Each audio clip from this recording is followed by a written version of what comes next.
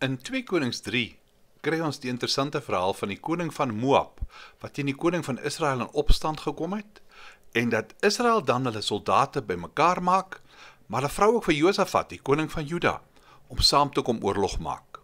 Hulle het na Moab toe opgetrek, maar na 7 dae was daar geen water meer vir hulle of vir die diere by hulle nie. Josafat het toe gevra, en hier is die sleutel om hierdie gedeelte mee te verstaan, is hier nie 'n profeet deur wie ons die Here kan raadpleeg nie. Die profeet Elisa is daarop na hulle toe gebring, en hy gee hierdie merkwaardige uitspraak wat jy nie verwag vir sondaar mense nie. Julle sal nie wind of reën sien nie, tog sal hierdie vallei vol water word, sodat julle water kan drink. Vir die Here is dit maar iets gerings om te doen. Vir die Here is maar regtig iets gerings. Wat vir hulle onmoontlik was, dit was sommer 'n kleinigheid vir die Here. Dit sou geen inspanning van God vra om die onmoontlike te laat gebeur nie. En die geskiedenis het dit soveel keer gewys. Dit was nie 'n geringe saak vir die Here, 'n nietige saak vir hom, om die hemel en die aarde en alles daarin te skep. Dit was maklik vir die Here om vir 40 jaar daagliks 3 miljoen Israeliete op hulle trekpad te versorg met 'n oggend en 'n aandete en water. Dit was iets gerings vir die Here om die melaatses te genees, om selfs vir Lazarus uit die doodheid terug te bring. Dit was iets gerings vir die Here om 2 visse en 5 brode te neem en te breek, totdat 20.000 daaruit kon eet. Ons lees in vers 20 die volgende môre, teen die tyd dat die offer gewoonlik gebring word, het daar onverwags water uit die rigting van Edom gekom, en die hele gebied het vol water geloop. Merkwaardig. Kan jy dit glo?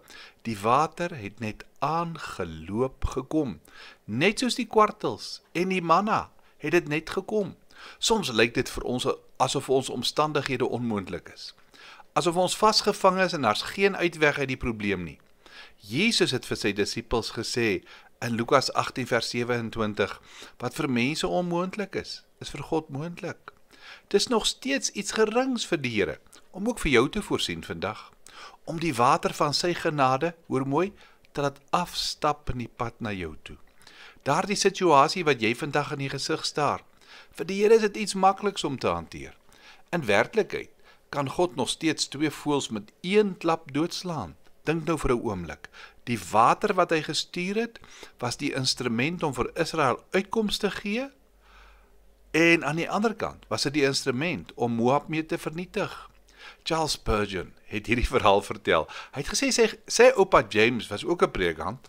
Hy het 'n groot gesin met 'n klein inkomste gehad. Eendag het teëspoed hulle getref, want die koei wat hulle so nodig gehad het vir melk vir die kinders, het skielik doodgegaan. Sy ouma was baie bekommerd, maar sy oupa het gesê, kom ons vertrou die Here. Hy het gesê hy sal voorsien. Hulle het saam na die Here toe gegaan. Eintlik het hy gesê, ek glo hy kan vir ons 50 koeie stuur as hy wil. Hy kan ook die water soos in die dae van Israel laat afloop na ons toe. Op dieselfde dag het 'n groep in Londen vergader wat wou help om in die behoeftes van arm predikante te voorsien. Hulle het 'n groot bedrag geld ingesamel en dit na verskillende predikante in nood begin stuur. Toe hulle die einde van hulle lys predikante bereik, was daar nog 5 pond oor. Een man het voorgestel om dit aan James Spurgeon te stuur. 'n ander een het gesê, nee, ons kan nie net vir hom 5 pond stuur nie. Ek sal self 5 pond byvoeg. En nog ander het ook geld bygesit. Die dag nadat die koei dood is, het James Spurgeon ervaar hoe die water van God in sy paadjie afgeloop gekom het. Hy het niks daarmee te make gehad nie. Maar toe hy die pos oopmaak, was daar vir hom 'n koevert met 20 pond. Maar weet jy het soveel meer as net die woorde van Elisa. God het vir ons beloof in Filippense 4 vers 19. Hy sal in elke behoefte van julle ryklik voorsien, volgens sy wonderbaarlike rykdom in Christus. En nou wil ek hê, jy moet toch vir my laat weet, stuur vir my 'n WhatsApp. Ek wil hoor, hoe het hy vandag jou oë oopgemaak om te kon sien hoe hy vir jou voorsien. Kom ons bid saam. Here, dankie dat U vir ons 'n Vader is in Christus. Dat U die een is wat vir ons versorg, vir ons oppas, dat U water ook afgestap kom in die pad na ons toe. Amen.